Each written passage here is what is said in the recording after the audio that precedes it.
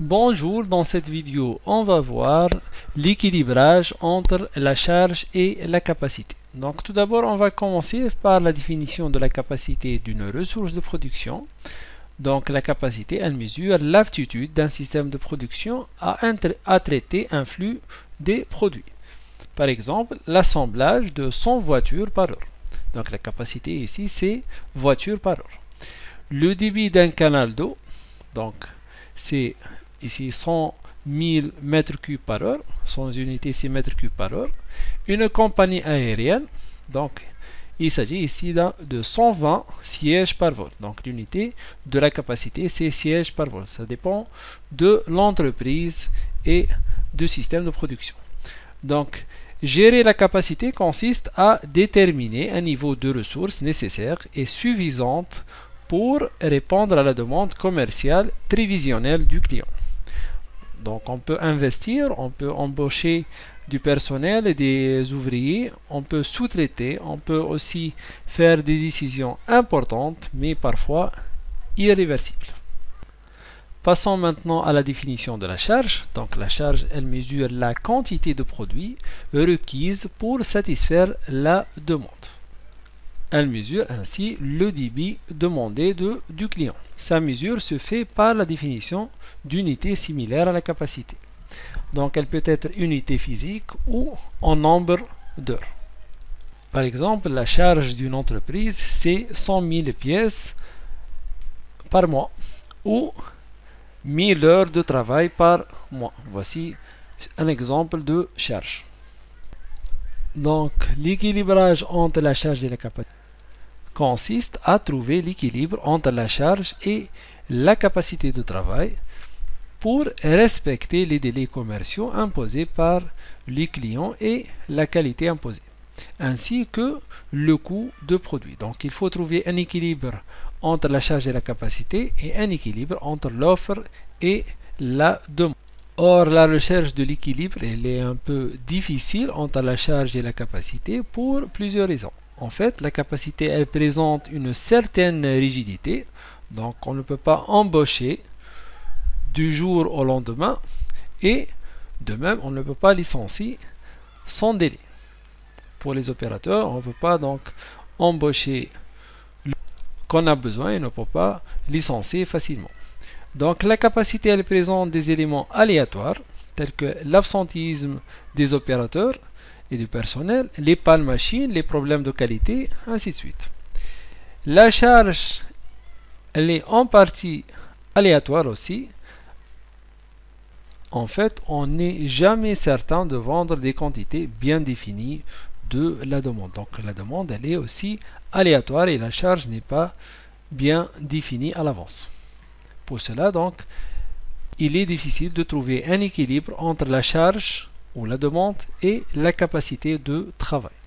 Voici un exemple de situation de déséquilibre entre les heures de travail en fonction de temps. Donc voici donc la charge de travail et voici la capacité de l'entreprise. Pour la zone A, donc on a la charge, elle est supérieure à la capacité.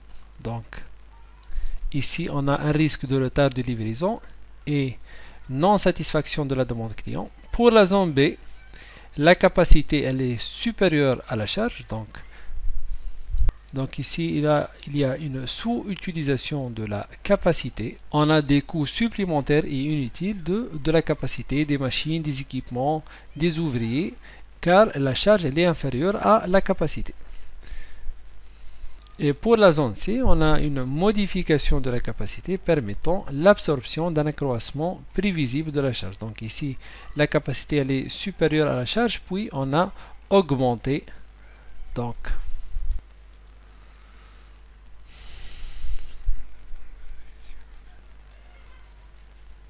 Donc la question qui se pose, comment peut-on réaliser l'équilibre entre la charge et la capacité? Premièrement, on a des actions sur la capacité. Par la modification des horaires de travail, en utilisant des heures supplémentaires, on fait des modulations des horaires sur l'année, par les congés, ainsi de suite. On peut aussi faire la négociation avec le personnel concernant les périodes de congé en tenant compte des variations de vente durant l'année.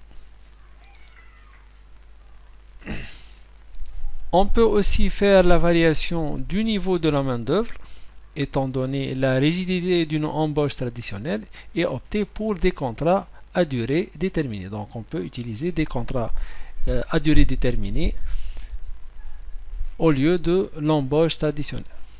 On peut utiliser aussi la sous-traitance. On peut développer la polyvalence de la main-d'œuvre et la flexibilité des machines pour avoir la souplesse et la possibilité de produire plusieurs types de produits. On peut développer une politique de maintenance préventive permettant la planification des interventions d'entretien à des périodes creuses et pour éviter l'arrêt de production. Parmi les solutions aussi, on peut diminuer les temps de changement d'outillage et aussi il faut maîtriser la qualité pour diminuer les rebuts et les déchets. Remarque, le choix dépend essentiellement de la nature de l'activité industrielle de l'entreprise et de la variation de la charge. Donc, s'il y a des pointes temporaires, donc ici on peut faire des heures supplémentaires pour augmenter la capacité. Et s'il y a des pointes permanentes, s'il y a une augmentation permanente au cours de temps de la demande, ici on peut embaucher de la main-d'œuvre et du personnel. Et pour les actions sur la charge, donc il s'agit essentiellement d'anticiper et ou de retarder la fabrication des produits. Donc on peut faire une fabrication anticipée des produits. C'est le cas des entreprises saisonnières. Prenons l'exemple par exemple d'une usine de fourniture scolaire dont la charge est 4 fois plus élevée durant la période septembre-octobre pendant la rentrée scolaire que le reste de l'année. Donc dans ce cas-là, il est difficile de régler le problème en agissant uniquement sur la capacité. L'alternative qui se présente donc est de produire à flux poussé et de faire des stocks dans le reste de l'année pour pouvoir satisfaire cette demande qui est 4 fois plus élevée dans la période de la rentrée scolaire. Et pour la fabrication retardée des produits, pour ce type de production, il faut l'éviter inévitablement, et on doit l'annoncer dès la prise de la commande pour ne pas se heurter à des clients surpris et pour ne pas donc provoquer la non-satisfaction du client. Donc voilà comment on peut faire l'équilibrage entre la charge et la capacité. Merci et à la prochaine.